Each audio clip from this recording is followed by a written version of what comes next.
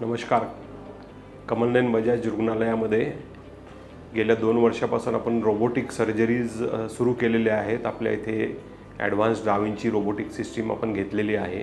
आधीपासूनच आपण वेगवेगळ्या प्रकारच्या रोबोटिकच्या शस्त्रक्रिया करत आलो आहे.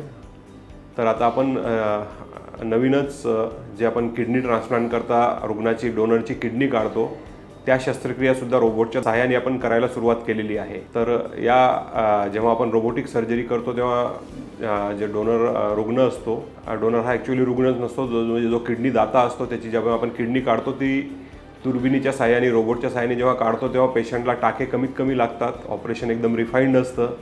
पेशंटला ऑपरेशन नंतर होणारा जो त्रास असतो तो कमीत कमी असतो. त्याचं जे दुखणं असतं ते कमीत कमी असतं. रुग्णालयातून त्याचा लवकरात लवकर आपल्याला डिस्चार्ज सुट्टी करता येते. आणि जे आपण किडनी काढतो ती एकदम सुस्थितीत व्यवस्थित काढणे, त्याच्या रक्तवाहिन्या वगैरे एकदम व्यवस्थित ठेवणे. कारण आपण रोबोटनी जेव्हा शस्त्रक्रिया करतो तेव्हा आपल्याला जे डोळ्याने दिसतं त्याच्यापेक्षा 10 पट मोठं मॅग्निफाईड चित्र दिसतं. आपल्या शस्त्रक्रियेच्या ज्या स्टेप्स असतात त्या एकदम रिफाईंड छोट्या छोट्या स्टेप्स असतात. त्यामुळे जी किडनी काढायची असते ती एकदम व्यवस्थितरित्या, तिला कुठलाही डॅमेज न होऊ देता आपण काढतो. त्यानंतर रक्तस्राव जो ऑपरेशनच्या दरम्यान तो एकदम कमीत कमी किंवा निग्लिजिबल एक 10, 20, 25 ml इतका असतो.